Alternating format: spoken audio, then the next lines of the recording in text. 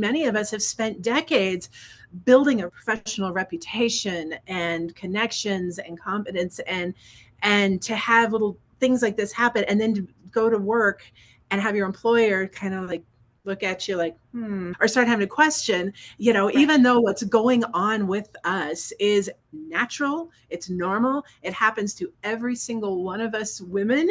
It just eats away, because especially those of us that maybe didn't have the best self-esteem and confidence to start out with, it's a lot of fake it till you make it, or we built our entire self-esteem and worth with our work and with Hmm. our jobs, and it just eats away, eats away, eats away. And then we're at this point where, what do we do next? Because we're starting to buy into it. We're starting to believe we're less than. We're starting to believe that there's something wrong with us, or we're not desirable. And that is absolutely just not true. Not true. Yeah. But what have you seen as far as the women that you're working with when they come to you? What are they experiencing? Well, I'm so glad you asked that question because I'm in communication every week with a lot of different women. And I always, of course, ask them about their symptoms. And they tell me joint pain, I can't lose weight, brain fog, hot flashes, night sweats, mood changes. And then I say, okay, yep. What about your self esteem and your confidence? And they go, oh, I didn't even think about that because we don't see it listed with, if you come upon a list of menopause health symptoms. I even have one that I give out, and I need to adapt it because I don't have self-esteem and confidence out there.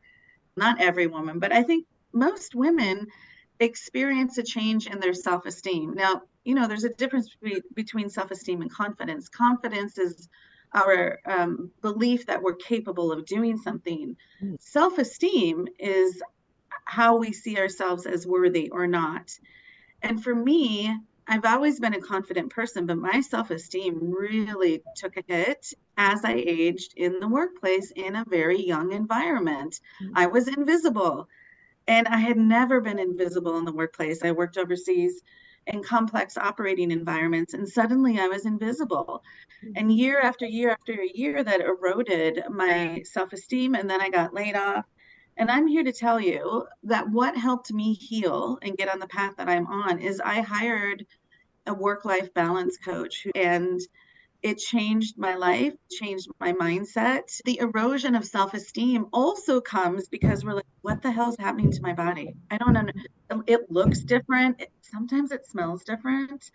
You might have lost your libido completely. And so, if you are having sex with your partner, you might be doing it out of obligation and not desire.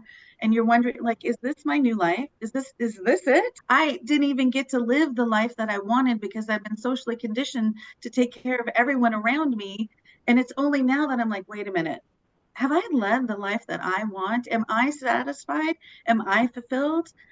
And the good news is menopause, while we will be postmenopausal our entire lives, it doesn't mean the symptoms that we have will be with us forever.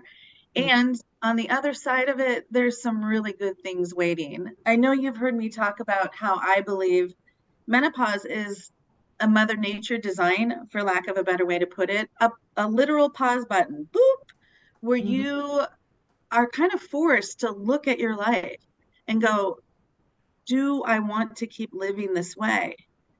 And it's a perfect time to start making those changes.